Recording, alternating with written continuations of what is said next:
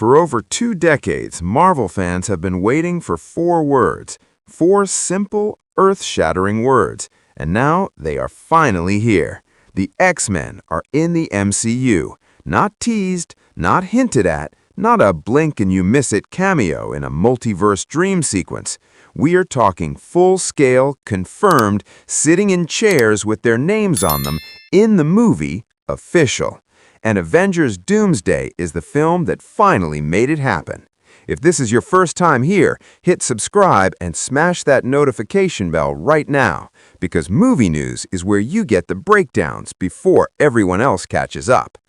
Now let us back this up and talk about how wild this actually is, because casual fans might not fully grasp the magnitude of what just happened. The X-Men and the Avengers have existed in completely separate cinematic universes for over 20 years. The Avengers were at Marvel Studios. The X-Men were locked over at 20th Century Fox. 2 franchises, same comic book universe, never allowed to share a screen. Like 2 siblings who got split up in a custody battle and were forbidden from calling each other. Then Disney bought Fox in 2019, and suddenly the walls came down. The question was never if the X-Men would join the MCU. The question was when, and more importantly, how. Well, Marvel answered that question in the most audacious way possible, by not recasting them. That is the move that changes everything here. They're not bringing in fresh faces to play new versions of these characters. They brought back the originals. Patrick Stewart as Professor Charles Xavier, Ian McKellen as Magneto, Kelsey Grammer as Beast, James Marsden as Cyclops, Rebecca Romijn as Mystique, Alan Cumming returning as Nightcrawler for the first time since 2003, and Channing Tatum, after years of the Gambit movie being Hollywood's most legendary development disaster, finally suiting up as the Ragin' Cajun himself. These are the Fox X-Men, the ones that started it all back in the year 2000, and they are walking into the MCU like they own the place. But here's the question that should be bouncing around in your head right now. How does this work narratively? Because the MCU and the Fox X-Men universe are not the same timeline. They never were. The answer, according to everything Marvel has been building toward, is the multiverse. Dr. Doom, played by Robert Downey Jr., is reportedly manipulating multiversal incursions, essentially forcing universes to collide. Think of it like 2 tectonic plates slamming together, except instead of an earthquake, you get Magneto and Thor in the same room. The X-Men are not from the MCU's Earth. They're being pulled in from their own universe, and the reason they show up is because the threat of doom is so catastrophic that it bleeds across every reality. No universe gets a pass. And this is exactly where Kelsey Grammer's Beast becomes genuinely fascinating. According to recent interviews, his version of Hank McCoy serves as a kind of scientific bridge, linking the X-Mansion's technology to the Avengers' infrastructure. That's not window dressing, that's a plot function. That means Beast is not just standing in the background looking blue and fuzzy, he has a role to play.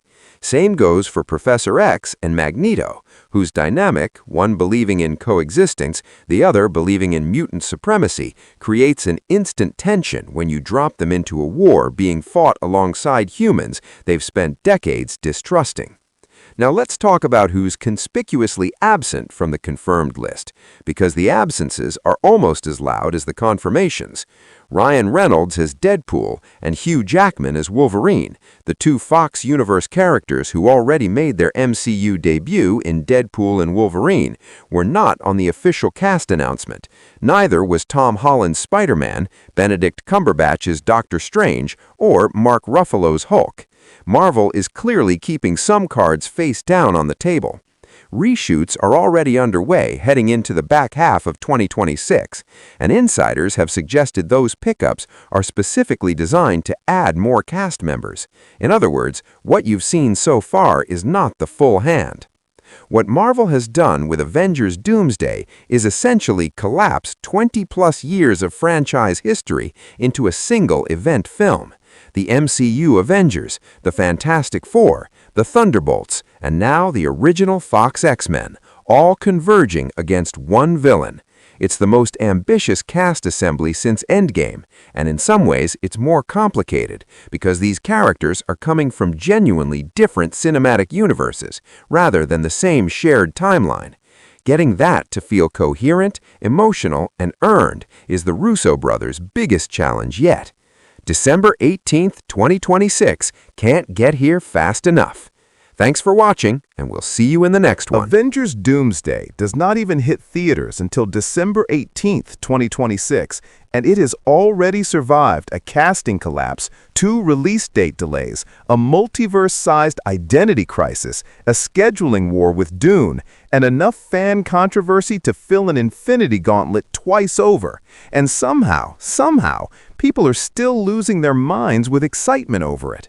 That is either the most impressive marketing survival story in Hollywood history or a slow-motion disaster dressed up in a green metal mask. Let us find out which one. If you are new here, hit subscribe and smash that notification bell. Movie News breaks it all down right here every single time. Let us start at the very beginning of the chaos, because this film's road to production was not bumpy, it was a full crater. The original plan was Avengers: The Kang Dynasty, with Jonathan Majors as the big bad. Years of MCU storytelling were constructed around that premise. Loki, Ant-Man and the Wasp, Quantumania, all of it was laying bricks for a Kang-shaped house. Then, in December 2023, Majors was found guilty of harassment and assault.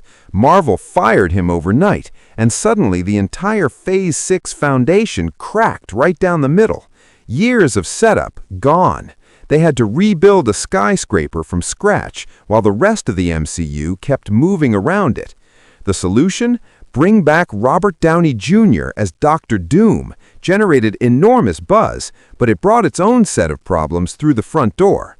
A significant portion of the fan base immediately pushed back. The argument?